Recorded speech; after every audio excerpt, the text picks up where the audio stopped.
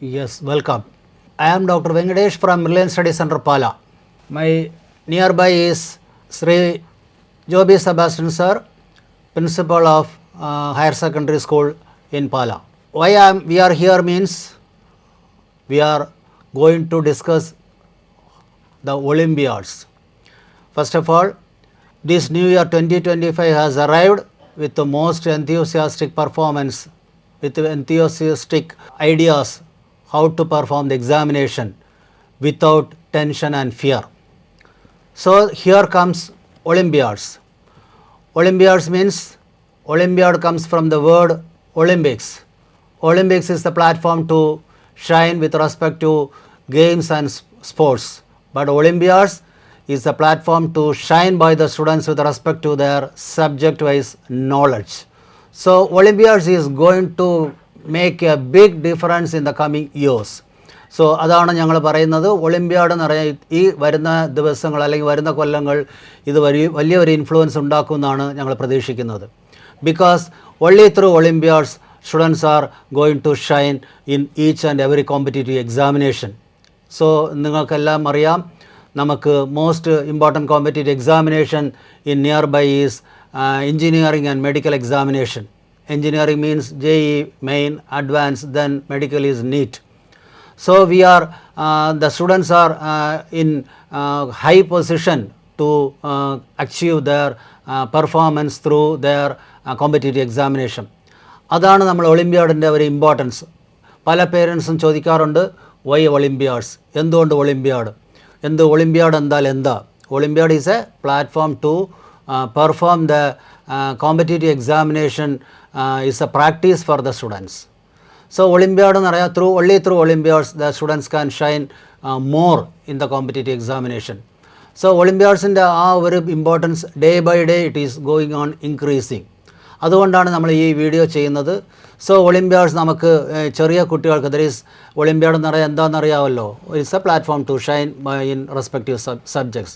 ആർക്കെല്ലാം ഇത് അപ്ലൈ ചെയ്യാൻ പറ്റുമെന്ന് പറഞ്ഞാൽ from 1 to 12th standard students can appear for different types of olympiads. So നിങ്ങൾ ചോദിക്കാം, എന്തെല്ലാം ഡിഫറെൻറ്റ് ടൈപ്സ് ഓഫ് ഒളിമ്പ്യാഡ്?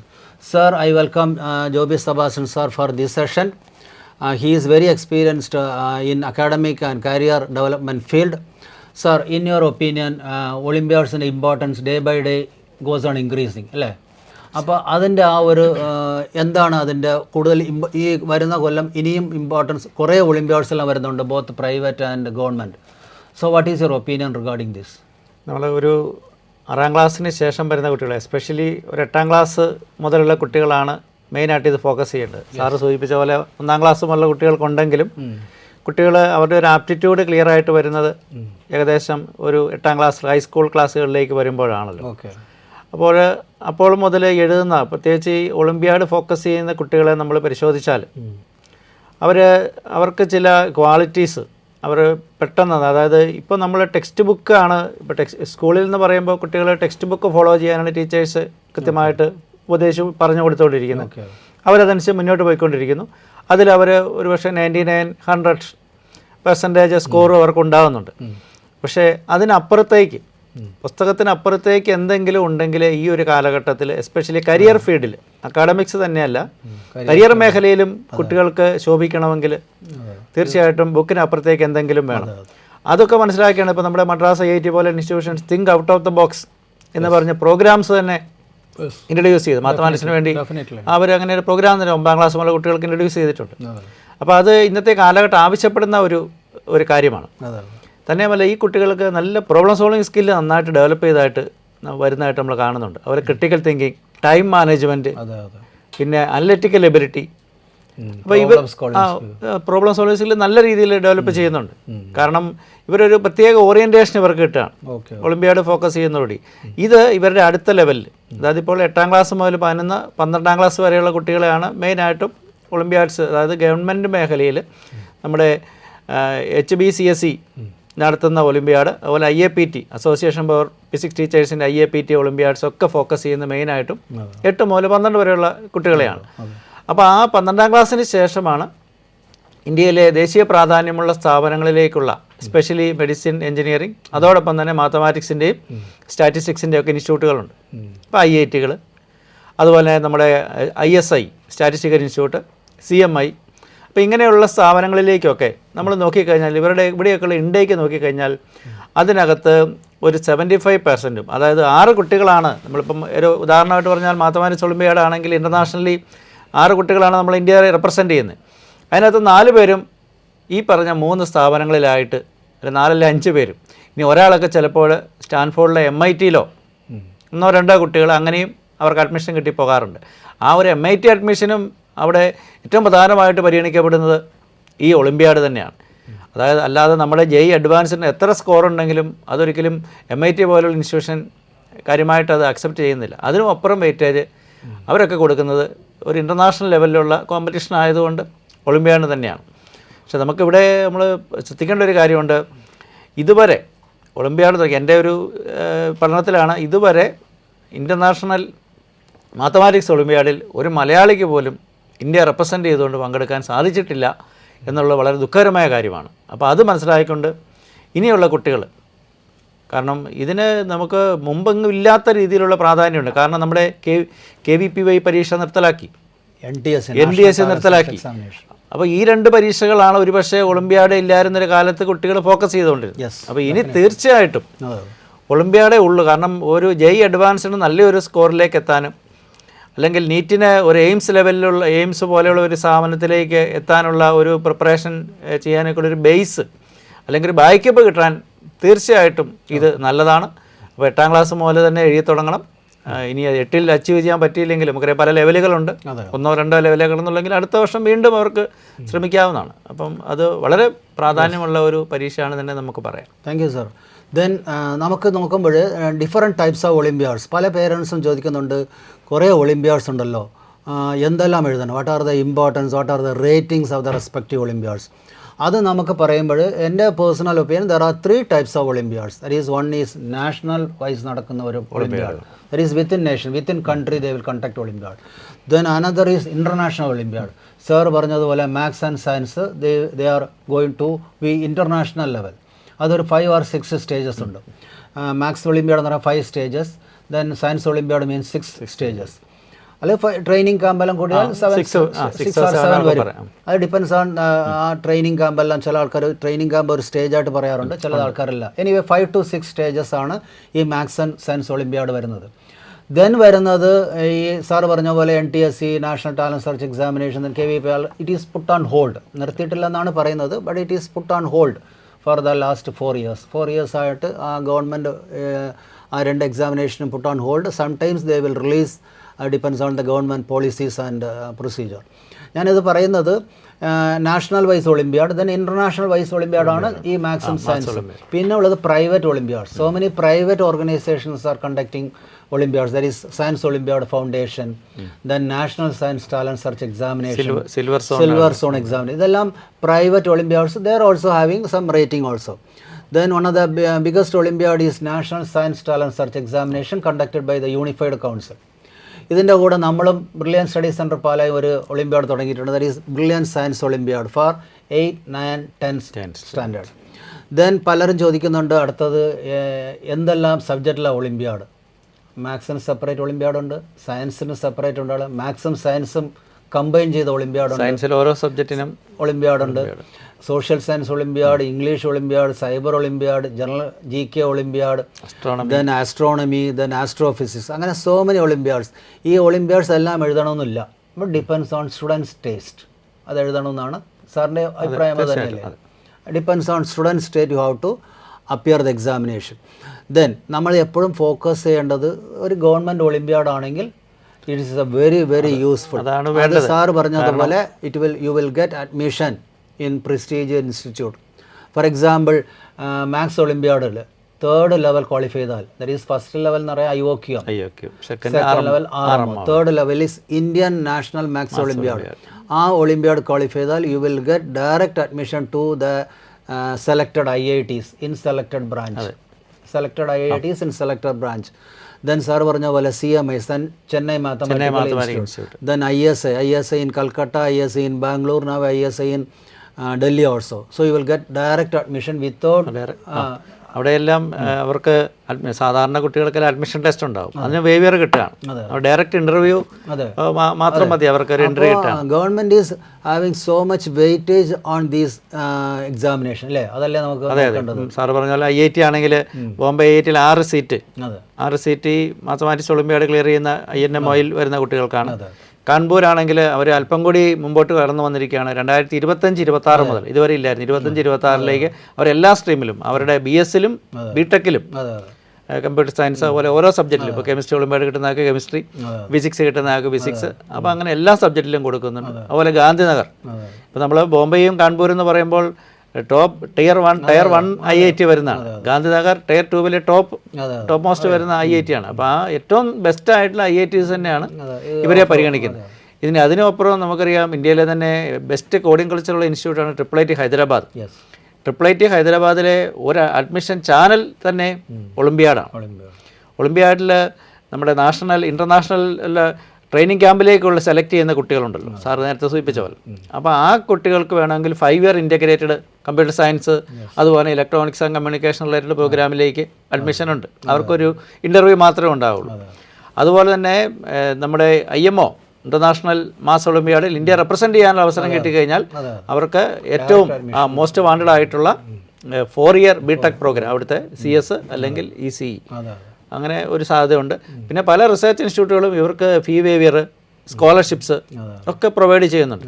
അതിനി മുന്നോട്ട് ഏതായാലും കൂടും. കാരണം സാറ് പറഞ്ഞ KVPYയും NDSCയും ആണ് കുട്ടികൾക്ക് സ്കോളർഷിപ്പും അല്ലെങ്കിൽ സ്റ്റൈപ്പൻഡും കിട്ടാൻ ഏറ്റവും നല്ല ഒരു ചാനലായിട്ട് നമ്മൾ കണ്ടിരുന്നത്. അപ്പോൾ അത് ഇപ്പം നിലവിൽ തൽക്കാലം ഇല്ലാത്തത് കൊണ്ട് പല ഇൻസ്റ്റിറ്റ്യൂഷൻസും ഇനിയും, അതായത് ഇപ്പോൾ 8ലും 9ലും പഠിക്കുന്ന കുട്ടികളെ സംബന്ധിച്ച് തീർച്ചയായിട്ടും നല്ലൊരു ചാൻസാണ് മുമ്പോട്ട് വളരെ ഓപ്പൺ ആകുക. കാരണം ടോപ്പ് IITs തന്നെ ഇങ്ങനെ ഈ ഒരു മേഖലയിലേക്ക് വന്നതുകൊണ്ട് ഇനിയും മറ്റ് IITs ഒക്കെ തീർച്ചയായിട്ടും ആ രീതിയിലേക്ക് വരാനുള്ള സാധ്യതയുണ്ട്. അപ്പോൾ സാർ പറഞ്ഞ പോലെ ആ importance of appearing competitive examination like olympiads is so important for getting admission in to the prestigious institute of like IITs, IIITs, bypassing JEE advance examination അല്ലേ. അപ്പോൾ ആ ഒരു ഇമ്പോർട്ടൻസ് ആണ് ഗവൺമെൻറ് കൊടുക്കുന്നത്, പ്രസ്റ്റീജിയസ് ഇൻസ്റ്റിറ്റ്യൂട്ടും കൊടുക്കുന്നത്. ഇൻ അഡീഷൻ പല പേരൻസും വേറെ എൻ്റെ അടുത്ത് ചോദിക്കാറുണ്ട്, കുറേ ഒളിമ്പ്യാഡ്സ് ഉണ്ടല്ലോ, ഹൗ യു സെലക്ട് അത് ഹൗ യു സെലക്ട് മീൻസ് ഞാൻ നേരത്തെ പറഞ്ഞ പോലെ ഇരിക്കണമല്ലോ സാർ. അതിനൊരു ആപ്റ്റിറ്റ്യൂഡ് തീർച്ചയായിട്ടും നമ്മളൊന്ന് ഒന്ന് അറിഞ്ഞിരിക്കുന്നതാണ്. ഇപ്പോൾ ഒരു 6ാം ക്ലാസ്സാണ് നമ്മൾ മിക്കവാറും ഒരു NCERT ടെക്സ്റ്റ് ബുക്ക് ആസച്ച് കുട്ടി ഫോളോ ചെയ്യാൻ തുടങ്ങുന്ന ആ ഒരു ടൈമിലാണ്. അപ്പോൾ 6-7 ആകുമ്പോഴത്തേനും അവന് മാത്സിനോട് നല്ലൊരു ഇൻട്രസ്റ്റ്, ഒരു എക്സ്ട്രാ പ്രോബ്ലം ചെയ്യാനും നല്ല സ്പീഡിൽ ചെയ്യാനും മാത്സിൻ്റെ ഹോംവർക്ക് വളരെ ഇൻട്രസ്റ്റ് ആകുമൊക്കെ ഒരു കുട്ടിയെ സംബന്ധിച്ച് വരിക. നമ്പരൊക്കെ അവൻ വളരെ താല്പര്യത്തോടുകൂടി കാണുകയാണെങ്കിൽ തീർച്ചയായിട്ടും നമ്മുടെ മാത്തമാറ്റിക്സ് ഒളിമ്പ്യാഡ് അപ്പിയർ ചെയ്യണം. അപ്പോൾ അതിൽ നിന്ന് അവന് മിക്കവാറും കൊച്ചിൻ്റെ ഓറിയൻറ്റേഷൻ ഒരു IITയിലേക്കുള്ള ഒരു ഓറിയൻറ്റേഷൻ ആയിരിക്കും. അതിന് ഒത്തിരി ഹെൽപ്പ് ചെയ്യുകയും ചെയ്യും. അപ്പോൾ അങ്ങനെ അതിന് ഓരോ സബ്ജക്റ്റ് അതുപോലെ തന്നെ സയൻസിൽ എല്ലാ സബ്ജക്റ്റിനും നമുക്കുണ്ടല്ലോ. അത് ഫിസിക്സ് ആണെങ്കിൽ അങ്ങനെ, കെമിസ്ട്രി, ഈവൻ ബയോളജി ഉണ്ട്, 3 സബ്ജക്റ്റ് വരുന്നു. ഇനി സൈബർ ഉണ്ട്. അപ്പം പല കുട്ടികൾ ഇപ്പോൾ കമ്പ്യൂട്ടർ സയൻസ് പഠിക്കുന്ന കുട്ടികൾ അസ്ട്രോണമി സൈബറും അതുപോലെ തന്നെ ഈ പറയുന്ന ഒളിമ്പ്യാഡുകൾ. ഇനി ലാംഗ്വേജ് ഈ വരും കാലം നമുക്കറിയാം ലാംഗ്വേജസിന് വലിയൊരു പ്രാധാന്യമുള്ള ഒരു കാലഘട്ടമാണിത്. പ്രസന്റേഷൻ സ്കിൽസ് എന്ത് എഞ്ചിനീയർ ആണെങ്കിലും ഇനി മാനേജ്മെന്റ് സെക്ടറിലേക്ക് പോലെ എവിടെ ആണെങ്കിലും വളരെ മസ്റ്റായിട്ടുള്ള ഒരു സ്കില്ലാണ്. സോ സാറ് പറഞ്ഞ പോലെ 8, 9, 10 is crucial for appearing the olympiads. അതിനാണ് നമ്മുടെ ബ്രില്യൻ സയൻസ് ഒളിമ്പ്യാഡ് ഒരു ഒളിമ്പ്യാഡ് എക്സാമിനേഷൻ ഞങ്ങൾ 2023 മുതൽ കൊണ്ടുവന്നു. We are going to conduct third BSO third year coming വീക്സിൽ നടക്കുന്നുണ്ട്. ആ 8, 9, 10ലുള്ള ആ ഒരു മാത്സ് ആൻഡ് സയൻസ് ഒളിമ്പ്യാഡ് എന്ന് പറയാം, ഇറ്റ് ഈസ് സോ ഇൻഫ്ലുവൻസ്. ഇന്ത്യയിൽ ഒരു ഇൻസ്റ്റിറ്റ്യൂട്ടും ഇങ്ങനെ ഒരു ഹ്യൂജ് പ്രൈസ് കൊടുക്കുന്നില്ല. ബ്രില്യൻ സയൻസ് ഒളിമ്പ്യാഡ് ആണ് അറൗണ്ട് 16 lakhs ക്യാഷ് പ്രൈസ് അവിടെ കൊടുക്കുന്നുണ്ട്. ഓരോ ക്ലാസ്സിനും first prize will get 1 lakh rupees, then second 50,000. അങ്ങനെ വേറെ എനിക്ക് തോന്നുന്നില്ല ഇന്ത്യയിൽ ഒരു ഇൻസ്റ്റിറ്റ്യൂട്ടും ഒരു ഒളിമ്പ്യാഡ് ഓർഗനൈസേഷൻ ഒളിമ്പ്യാഡ് പോലെ 8 to 11 ഒറ്റ സ്ട്രെച്ചിൽ ഒരു കാറ്റഗറി ആയിട്ടാണ് സെപ്പറേറ്റ് കൊടുക്കുമ്പോൾ വലിയ സാധ്യതയാണ്. അതൊരു വലിയ കുഴപ്പം. പിന്നെ ഇൻ അഡീഷൻ നമുക്ക് ബ്രില്യൻ സ്റ്റഡി സെൻറ്റർ പാല തന്നെ ഒരു കോഴ്സ് തുടങ്ങിയിട്ടുണ്ട്, Brilliant olympiad champion BOC. That is for 8, 9, 10 സ്റ്റുഡൻസിന്. അതെന്ന് പറഞ്ഞാൽ നമ്മുടെ സ്കൂൾ കരിക്കുലത്തിനെയും കാട്ടി അപ്പ് ലെവലായിട്ട് നമ്മൾ പോകുന്നത്. ദറ്റ് ഈസ് ഒളിമ്പ്യാഡ് അപ്പിയർ ചെയ്ത സ്റ്റുഡൻസിന് ഇത് വളരെ യൂസ്ഫുൾ ആയിരിക്കും. അപ്പോൾ അത് സാർ പറഞ്ഞ പോലെ മാത്സും സയൻസും ആണ് ഞങ്ങൾ ഫോക്കസ് ചെയ്യുന്നത്. എനിവേ നിങ്ങൾ ഏത് കോമ്പറ്റേറ്റീവ് എക്സാമിനേഷൻ എടുക്കുകയാണെങ്കിൽ maths and science is very very important. അത് മാത്സ് പക്ഷേ ഇപ്പം നമ്മളിതൊക്കെ പറയുമ്പം ഇതുവരെ ആൾക്കാർ ഇത് ശ്രദ്ധിക്കാതിരുന്ന ഒരു പക്ഷേ അറിവില്ലാത്തതുകൊണ്ടായിരിക്കും സാർ. കാരണം ഒളിമ്പ്യാഡ് എന്ന് പറയുമ്പോൾ നമുക്ക് അച്ചീവ് ചെയ്യാൻ പറ്റാത്ത അല്ലെങ്കിൽ നമ്മുടെ റേഞ്ചിനും അപ്പുറം ഉള്ള എന്തൊക്കെയോ ആണ് നമുക്ക് നമ്മുടെ കുട്ടികളെ കൊണ്ട് സാധിക്കുകയില്ല അല്ലെങ്കിൽ നമ്മളങ്ങനെ കാണുന്നില്ല, അതുകൊണ്ടൊക്കെ ആകാം. ഒരു പക്ഷേ നമ്മളിങ്ങനെ ഒളിമ്പ്യാഡുകളെ കുറിച്ച് കൂടുതലൊരു അവയർനെസ് കിട്ടുന്നതോടുകൂടി നമുക്ക് അവിടെ ഉണ്ടായിരിക്കുന്ന ഒരു കുറവ്, നമ്മൾ പറഞ്ഞ ഒരു മലയാളിയെ പോലും നമ്മൾ ഇൻ്റർനാഷണൽ റെപ്രസെൻറ്റേഷനിൽ എനിക്ക് ഇതുവരെ കാണാൻ സാധിച്ചിട്ടില്ല. ബയോളജി പോയിട്ടുണ്ട്, ബയോളജി മാത്സിന് ഇതുവരെ കണ്ടില്ല. അതാണ് ഞാൻ എടുത്തു പറഞ്ഞത്. പിന്നെ വേറൊരു പ്രത്യേകത ഞാൻ കാണുന്നത്, ഞാൻ ലാസ്റ്റ് ഒരു 10 years ആയിട്ട് നമ്മുടെ ബ്രില്യൻറ്റിൻ്റെ അല്ലെങ്കിൽ കേരള എഞ്ചിനീയറിംഗ്, കേരള മെഡിക്കൽ അല്ലെങ്കിൽ നമ്മുടെ IIT JEE എല്ലാം അനലൈസ് ചെയ്യുമ്പോൾ കേരളത്തിൽ നിന്നുള്ള മലയാളി കുട്ടികൾ ഈ ഒളിമ്പ്യാഡിൽ നന്നായിട്ട് പെർഫോം ചെയ്യുന്ന കുട്ടികളെ ഇവിടെ ടോപ്പേഴ്സ് വരുന്നുണ്ട്. അത് ലാസ്റ്റ് ഫാർ ഞാൻ കുറേ ക്ലാസ് എടുത്ത് നോക്കി. ഈ ലാസ്റ്റ് ഇയേഴ്സിലെല്ലാം നന്നായിട്ട് ഒളിമ്പ്യാഡിൽ ഒരുമാതിരി പെർഫോം ചെയ്യുന്ന ആൾക്കാരാണ് ഇവിടെയും നന്നായിട്ട്. അപ്പോൾ Olympiad examination will support for your future competitive examination അല്ലേ സാർ? തീർച്ചയായിട്ടും. കാരണം അറമ ലെവലിലേക്ക് വരുമ്പോൾ അവർ ഡിസ്ക്രിപ്റ്റീവ് ലെവലിലേക്ക് ആൻസർ ചെയ്യാൻ തുടങ്ങുകയാണ്. അപ്പം JEE അഡ്വാൻസ്ഡ് നമുക്കറിയാം ആ ഒരു ടൈപ്പ് ക്വസ്റ്റ്യൻസ് വരാൻ തുടങ്ങും. അപ്പോൾ അതിലേക്ക് ഏറ്റവും നല്ലത് ഒളിമ്പ്യാഡ് തന്നെയാണ്. അതെ. അപ്പോൾ ഒളിമ്പ്യാഡ് എക്സാമിനേഷൻ കൂടി നിങ്ങൾക്ക് സബ്ജക്റ്റിൽ കോൺസെപ്ച്വൽ സ്ട്രെങ്ത്, അണ്ടർസ്റ്റാൻഡിങ് കൂട്ടാം, നമ്മുടെ കുട്ടികളുടെ ഫണ്ടമെന്റൽസ് വളരെ വീക്കാണെന്നുള്ളതാണ്. നമ്മളിപ്പോൾ ഒരു ഹയർ ക്ലാസ്സിലേക്ക് ഇപ്പോൾ 12th കഴിഞ്ഞ് 11th 12th വരുമ്പോൾ നമുക്ക് കാണുന്നൊരു പ്രോബ്ലം അതാണ്. അതിനുള്ള ഏറ്റവും നല്ല സൊല്യൂഷൻ ഒളിമ്പ്യാഡ് തന്നെ. ഇപ്പം നിലവിൽ NTSC കൂടെ ഇല്ലാത്ത സ്ഥിതിക്ക് പിന്നെ എനിക്ക് തോന്നുന്നു ആ പർട്ടിക്കുലർ കുട്ടിയുടെ സ്ട്രെങ്ത്തും വീക്ക്നെസ്സും അനലൈസ് ചെയ്യുന്ന ടൂളായിട്ട് കാണാം. തീർച്ചയായിട്ടും അല്ലേ? ആ കുട്ടി എവിടെയാണ് ഫോക്കസ് ചെയ്യേണ്ടത്? ഒരുപാട് സ്കിൽസ് നമ്മൾ നേരത്തെ സൂചിപ്പിച്ച പോലെ എത്രമാത്രം സ്കിൽസ് ആണ്. കാരണം കുട്ടിക്ക് അവനെക്കുറിച്ചൊരു അവയർനെസ് കൃത്യമായിട്ട് കിട്ടും. അപ്പോൾ 10th ക്ലാസ് കഴിയുമ്പം ഡയറക്റ്റ് ചെയ്യേണ്ടത് ഏതാണെന്ന് പോലും ക്ലിയർ ആയിട്ട്, അല്ലെങ്കിൽ അവനവൻ്റെ എങ്ങോട്ടാണ് ഫോക്കസ് ചെയ്യേണ്ടത് ഒരു ക്ലാരിറ്റി കിട്ടുകയാണ്. ആരുടെയും ഹെൽപ്പിൻ്റെ ആവശ്യമില്ല, അവന് തന്നെ ക്ലിയർ ആയിട്ട് പറയാൻ പറ്റും. പല പ്രൈവറ്റ് ഒളിമ്പ്യാഡ്സിനും അവരുടെ റിസൾട്ട് അനാലിസിസ് നോക്കിക്കഴിഞ്ഞാൽ സ്കൂൾ പൊസിഷൻ, ഡിസ്ട്രിക്ട് വൈസ് ആ കുട്ടി എവിടെയാണ് നിൽക്കുന്നത്, സ്റ്റേറ്റ് ലെവൽ എവിടെയാണ് കിട്ടുന്നത്, നാഷണൽ ഏത് സ്റ്റേറ്റിലാണ് നിൽക്കുന്നത്, ഇൻ്റർനാഷണൽ. അപ്പോൾ അങ്ങനെ അനലൈസ് ചെയ്യുന്ന national science talent search examination NSTSC, അതെന്ന് പറഞ്ഞാൽ അവരുടെ അനാലിസിസ് റിപ്പോർട്ട് ഞാൻ നോക്കിയിട്ടുണ്ട്. അവിടെയെല്ലാം ശരിക്കും ആ ഒരു അനാലിസിസ് അറിയാം. സ്കൂളിൽ ഈ കുട്ടി ഏത് ലെവലായിരിക്കുന്നത്, ഡിസ്ട്രിക്റ്റിൽ, സ്റ്റേറ്റിൽ, അങ്ങനെ ഒരു അനാലിസിസ് നിങ്ങളുടെ കുട്ടികൾ എവിടെയാണ് നിൽക്കുന്നതെന്ന് അറിയാൻ പറ്റും. Where ward stands. അത് വളരെ വളരെ ഇമ്പോർട്ടൻ്റാണ്. എല്ലാ പേരൻസ് പറയും നമ്മുടെ കുട്ടികൾ ബ്രില്യൻ്റ് ആണെന്ന്. ആ ബ്രില്യൻ്റ് എങ്ങനെയാണ് അറിയുന്നത്? നിങ്ങളുടെ മറ്റുള്ള അനദർ ബ്രില്യൻസായിട്ട് കോമ്പറ്റ് ചെയ്യുമ്പോഴാണ് അറിയുന്നത്. അതിൽ ഈ കോമ്പറ്റേറ്റീവ് പ്ലാറ്റ്ഫോമാണ് ഈ ഒരു ഒളിമ്പ്യാഡ് എക്സാമിനേഷൻ. അപ്പോൾ ഒരുപക്ഷെ പേരൻസ് വിചാരിക്കുമായിരിക്കും ഈ എക്സാം എഴുതിയോണ്ട് എൻ്റെ കുട്ടിക്ക് ഫുൾ സ്കോർ +2 10 കിട്ടുന്നില്ല എന്നുള്ളത്. പക്ഷെ അതല്ല. ഇനിയൊരു കാലഘട്ടത്തിൽ ആ സ്കോറിന് ഒരു വാല്യൂ ഇല്ലാത്തൊരു കാലഘട്ടത്തിലേക്ക് നമ്മൾ എത്തി നിൽക്കുന്നത്. അപ്പോൾ അതിനപ്പുറം എന്ത് ആ കുട്ടിക്ക് ചെയ്യാൻ പറ്റും? അവനൊരു കോമ്പറ്റേറ്റീവ് എക്സാമിന് അടുത്ത ലെവലിൽ. കാരണം ഏത് നല്ല സ്ഥാപനത്തിലേക്കും നമുക്കറിയാം, ഒരു സ്ഥാപനം നല്ലതാണെന്ന് അറിയണമെങ്കിൽ അവിടെയുള്ള അഡ്മിഷൻ പ്രൊസീജിയർ ഡിഫിക്കൽട്ട് ആണെങ്കിൽ നമുക്ക് പറയാം നല്ല ഇൻസ്റ്റിറ്റ്യൂഷനാണ്. അഡ്മിഷൻ പ്രൊസീജിയർ പറയുമ്പോൾ അവിടുത്തെ എൻട്രൻസ് എക്സാമാണ്. അപ്പോൾ എവിടെയും അഡ്മിഷൻ കിട്ടുമെങ്കിൽ എൻട്രൻസ് എക്സാമാണ് വരുന്നത്. അപ്പോൾ നല്ലൊരു എൻട്രൻസ് എക്സാമിന് നല്ല രീതിയിൽ പെർഫോം ചെയ്യണമെങ്കിൽ ഈ നമ്മുടെ ബോർഡ് എക്സാമിൻ്റെ ആ ഒരു ടോപ്പ് സ്കോർ അല്ല വേണ്ടത്. പകരം മറ്റ് ചില സ്കില്ലുകളാണ് ഡെവലപ്പ് ചെയ്യേണ്ടത്. അതിനുള്ള അവസരമാണ് ഒളിമ്പ്യാഡ് പ്രൊവൈഡ്. സാർ പറഞ്ഞ പോലെ time management skill is very very important for appearing the competitive examination.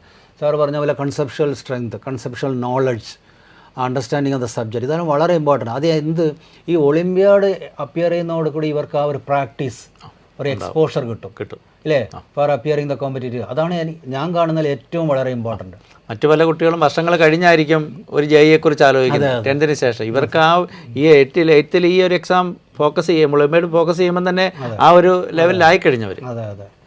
പിന്നെ ഇത്തവണ നമുക്ക് നല്ല ന്യൂസ് എന്ന് പറഞ്ഞാൽ നമുക്ക് RMO 2 റീജിയണൽ മാത്സ്, നമ്മുടെ മാത്സ് ഒളിമ്പ്യാഡിൽ ഫസ്റ്റ് സ്റ്റേജാണ് IOQM, Indian olympiad qualifier in mathematics. Then second level is RMO. Then third level is INMO, Indian national.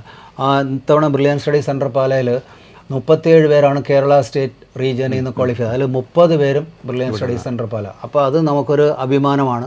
അതിന് കാരണം ഞാൻ കാണുന്നത് ഈ കുട്ടികളെല്ലാം ഫൗണ്ടേഷനിൽ കൂടി വന്ന കുട്ടികളാണ്. ഫൗണ്ടേഷൻ കോഴ്സ് ജോയിൻ ചെയ്ത് അവയർനെസ് കിട്ടിയിട്ടുണ്ട്. ഫൗണ്ടേഷനിൽ തന്നെ കുറേ കോമ്പറ്റേറ്റീവ് എക്സാമിനേഷൻ എഴുതിയിട്ടുണ്ട്, ഒളിമ്പ്യാഡ് എഴുതിയിട്ടുണ്ട്.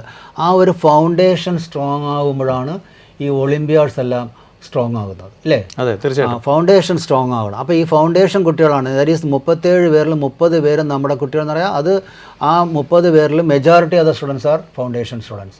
Then another is national standard examination. അതും ഫസ്റ്റ് ലെവൽ കഴിഞ്ഞു. ഫസ്റ്റ് ലെവലിൻ്റെ റിസൾട്ട് വന്നു. That is 29 students from Kerala region qualified for the second level Indian national Olympiad in astronomy, physics, chemistry, biology.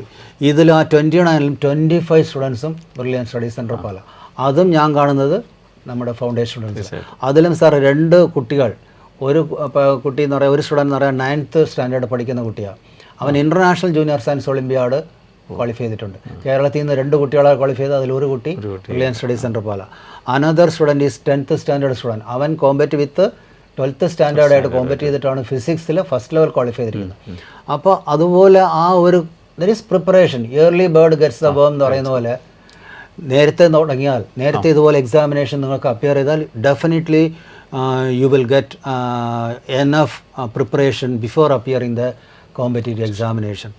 Sir വേറൊന്നുണ്ട്, ഇപ്പോൾ NTSC പോയി, KVP പോയി. അപ്പോൾ ഒരു കൊല്ലം ഒരു പേരൻ്റ് എൻ്റെ അടുത്ത് ചോദിച്ചു, ഒരു കൊല്ലം എത്ര എക്സാമിനേഷൻ, ഒളിമ്പ്യാഡ് എക്സാമിനേഷൻ എഴുതണമെന്ന്. പറയാൻ കുറേ എക്സാമിനേഷൻ ഉണ്ടല്ലോ. നമ്മൾ പരീക്ഷയെ സംബന്ധിച്ച് ഇങ്ങനെയുള്ള എക്സാമിനെ സംബന്ധിച്ച് പറയുമ്പോൾ നമ്മൾ എഴുതുക എന്നുള്ളതല്ല, എങ്ങനെ എഴുതുന്നു എന്നുള്ളതാണ് പ്രധാനം. ഞാൻ നേരത്തെ പറഞ്ഞൊരു ആപ്റ്റിറ്റ്യൂഡ്, ഒരു മാത്തമാറ്റിക്കൽ ആപ്റ്റിറ്റ്യൂഡ് നന്നായിട്ടുള്ള കുട്ടി, അവൻ അതാണ് ഫോക്കസ് ചെയ്യേണ്ടത്. എന്ന് വെച്ചുകൊണ്ട് ഫിസിക്സും കെമിസ്ട്രി എഴുതണ്ട എന്നുള്ളതല്ല, അതിൻ്റെ കൂടെ ഫിസിക്സും കെമിസ്ട്രിയും വേണം. അവന് എവിടെയാണോ അവന് സ്ട്രെങ്ത് കൂടുതലുള്ളത്, അല്ലാതെ എല്ലാം വാരി ഇപ്പം എന്തായാലും ലാംഗ്വേജ് ആ കുട്ടി ഒരു പക്ഷേ സ്ട്രോങ് ആയിരിക്കണമെന്നില്ല, വീക്ക് അത് വിട്ടേക്കുക. കാരണം ഒരു മിനിമം ലാംഗ്വേജിൽ ആ കുട്ടിക്ക് മുന്നോട്ട് പോകാൻ പറ്റും. അപ്പോൾ അത് നമ്മൾ എവിടെയാണ് അപ് ടു 10th സ്റ്റാൻഡേർഡ് വരെ മാത്സ് ആൻഡ് സയൻസ് എഴുതാം, അല്ലേ? പിന്നെ അതാണ് സയൻസ് എഴുതാം. മാത്സും സ്ട്രോങ് ആക്കണം. Whether you go for engineering or whether you for medical, maths and science is very very important, അല്ലേ?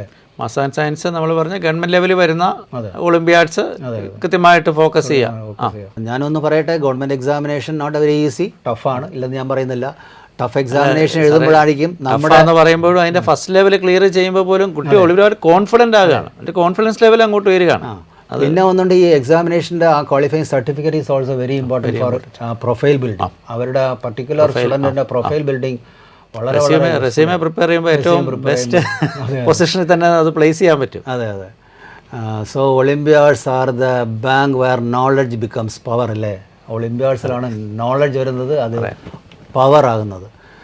സാർ വേറെ അവസാനത്തെ ഒരു കൺക്ലൂഷനായിട്ട് ഞാൻ ചോദിക്കുന്നുണ്ട്, ഈ 8, 9, 10 അല്ലേ, ആ ഒളിമ്പ്യാഡ്സിൽ മാക്സിമം പാർട്ടിസിപ്പേഷൻ ചെയ്യാനല്ലേ സാർ അഡ്വൈസ് ചെയ്യുന്നത്? അതെ അതെ. അങ്ങനെ അഡ്വൈസ് ചെയ്യുമ്പോൾ ഈ സ്കൂൾ സിലബസും പോകുന്നുണ്ട്, ഫൗണ്ടേഷൻ അല്ലെങ്കിൽ വേറെ കോഴ്സും ചെയ്യുന്നത്, ഇതെല്ലാം ഒന്ന് എങ്ങനെ കോപ്പപ്പ് ചെയ്യാൻ പറ്റും? നമ്മൾ സ്കൂൾ സിലബസ് കുട്ടികൾ കൃത്യമായിട്ട് പഠിക്കും. കാരണം നമ്മൾ ഈ ഒളിമ്പ്യാഡ്സ് എഴുതുന്ന കുട്ടികൾ എബോവ് ആവറേജാണ്, അവർ ആവറേജ് ലെവലിൽ മുകളിലുള്ള കുട്ടികളായിരിക്കും. അല്ലാതെ നമുക്കറിയാം ഇപ്പം സ്കൂളിലെ ഒരു ബിലോ ആവറേജ് കുട്ടി ഒരിക്കലും ഒളിമ്പ്യാഡിലേക്ക് വന്നിട്ട് കാര്യമില്ല, നമുക്കറിയാം. അപ്പോൾ അങ്ങനെ ചെയ്യുമ്പം അവനൊരു എക്സ്ട്രാ ടൈം എല്ലാ ദിവസവും കുട്ടി അവന് ഇഷ്ടമുള്ള കാര്യമാണ് ചെയ്യാൻ പോകുന്നത്, ആരും നിർബന്ധിച്ച് ചെയ്യുന്നതുമല്ല. അവനെ പഠിക്കുന്ന സബ്ജക്റ്റുകളിൽ അവന് മാത്തമാറ്റിക്സും സയൻസും ഒക്കെ ഇഷ്ടമായിരിക്കും ആ കുട്ടിക്ക്. അവനെ സംബന്ധിച്ച് അവന് അത് തന്നെ ഈ ഒളിമ്പ്യാഡിനെ കുറിച്ച് പറയുമ്പോൾ അതിനുള്ള ഫ്യൂച്ചർ പ്രോസ്പെറസ് ഒക്കെ കുട്ടിയോട് പറഞ്ഞു കഴിയുമ്പോൾ അവന് കൂടുതൽ ഇൻട്രസ്റ്റ് വരും. അപ്പോൾ ഒളിമ്പ്യാഡ് അവൻ രജിസ്റ്റർ ചെയ്ത് കഴിയുമ്പോൾ അവന് കൃത്യമായിട്ട് ഓരോ ദിവസവും അല്പം ടൈം ഇതിനു വേണ്ടി മാറ്റിവെക്കുക. മെറ്റീരിയലൊക്കെ അവൈലബിൾ ആണ്. ഇപ്പോൾ സാറ് സൂചിപ്പിച്ച് ബിർലിൻ്റെ തന്നെ BSO സംഘടിപ്പിക്കുന്നുണ്ട്, അപ്പോൾ മെറ്റീരിയൽ കിട്ടുന്നുണ്ട്, ഒളിമ്പ്യാഡ് മെറ്റീരിയൽസ്, പിന്നെ അതിനുള്ള കോച്ചിങ് കൊടുക്കുന്നുണ്ടാവും. അപ്പോൾ അവൈലബിൾ ആണ്. അപ്പോൾ അതിനുവേണ്ടി കൃത്യമായിട്ട് ഇതിൻ്റെ ഡേറ്റ് നേരത്തെ തന്നെ വരുമല്ലോ ഓരോന്നിൻ്റെയും. അതായത് ഇപ്പം ഫസ്റ്റ് ലെവൽ മുതൽ ഓരോ ലെവലിൻ്റെ ഡേറ്റ് നേരത്തെ തന്നെ വളരെ നേരത്തെ അറിയാൻ പറ്റും. അപ്പോൾ അതനുസരിച്ച് കുട്ടിക്ക് അത് കൃത്യമായിട്ട് ഓരോ ദിവസവും അതിനുള്ള ടൈം കൊടുത്തുകൊണ്ട് ഫോക്കസ് ചെയ്യാം. താല്പര്യമുള്ള കുട്ടിയാണ് ഇത് ചെയ്യുന്നത്. അതുകൊണ്ട് നമുക്ക് നല്ല രീതിയിൽ തന്നെ കുട്ടിക്ക് മുന്നോട്ട് പോകാൻ പറ്റും. ഫസ്റ്റ് ലെവൽ ക്ലിയർ ചെയ്താൽ പോലും അത് വലിയൊരു കാര്യമാണ്. കാരണം കേരളത്തിൽ വളരെ സെലക്റ്റഡായിട്ട് കുട്ടികൾ മാത്രമേ അത് ക്ലിയർ ചെയ്യുന്നുള്ളൂ. തേർഡ് ലെവൽ വരെ വന്നു കഴിഞ്ഞാൽ നമുക്ക് പറയാം, ഈ പറഞ്ഞ നേരത്തെ നമ്മൾ സൂചിപ്പിച്ച അഡ്മിഷൻസിലേക്കൊക്കെ വരാൻ പറ്റും. ഒരു ബ്രില്യൻ സ്റ്റഡി സെൻറ്റർ പാലാലുള്ള ഒരു സ്റ്റുഡൻറ്റ് തേർഡ് ലെവൽ ക്വാളിഫൈ ചെയ്തു, chemistry Olympiad. Chemistry Olympiad qualify ചെയ്ത് അവൻ engineering chemistry, BTech in engineering chemistry IIT ബോംബെയിലുണ്ട്. അപ്പോൾ അതെല്ലാമാണ് സ്കോപ്പ് ഇഷ്ടം പോലെ ഉണ്ട്. ബട്ട് ഞാൻ പറയുന്നത് ഇപ്പോൾ early bird gets the worm. Once again I am telling you that's earlier preparation will definitely help you for your future examination and for getting future ambition in a leading institute, admission to leading institute like IITs or NITs or leading institute in India and abroad. Once again, I am telling you that Olympiads, there is knowledge becomes power. Success does not come to you. You go and got it. അതാണ് നമുക്ക് വേണ്ടത്. Success, നിങ്ങളുടെ വിജയം നിങ്ങളുടെ അടുത്ത് വരില്ല, നിങ്ങൾ കണ്ടുപിടിക്കണം അല്ലേ? You go and got it. ഭാഗ്യം കൊണ്ട് ഒന്നും കിട്ടില്ല. ഭാഗ്യം ഒന്ന് ലക്കെന്ന് പറയുന്ന പ്രിപ്പറേഷൻ മീറ്റ്സ് ഓപ്പർച്യൂണിറ്റിയാണ്. അല്ലാതെ ഇത് ചില കുട്ടികളൊക്കെ അങ്ങനെ പറയാറുണ്ട്, ഭാഗ്യം കൊണ്ട് കിട്ടി. അത് ആ രീതിയിലൊന്ന് കണ്ടാൽ മതി. പ്രിപ്പറേഷൻ മീറ്റ്സ് ഓപ്പർച്യൂണിറ്റി, അതിനാണ് ലക്കെന്ന് പറയുന്നത്. അതെ. പിന്നെ അവസാനമായിട്ട് ഞാൻ എൻ്റെ ഒരു ഇത് confidence plus hard work, definitely you will get admission and rank in any examination. Confidence വേണം, ഹാർഡ് വർക്ക് വേണം, ആറ്റിറ്റ്യൂഡ് ഉണ്ടെങ്കിൽ definitely all the students will get into achieving their dreams. Thank you so much, sir, for this session. Anyway, thank you all. Thank you. Entrance സംബന്ധമായ വാർത്തകളും അപ്ഡേഷനുകളും ഏറ്റവും വേഗം ആധികാരികമായി അറിയാൻ brilliant study centre പാല YouTube channel subscribe ചെയ്യുക. Bell icon അമർത്തുക. ഈ video മറ്റ് സുഹൃത്തുക്കളിലേക്കും ഷെയർ ചെയ്ത് നൽകുക.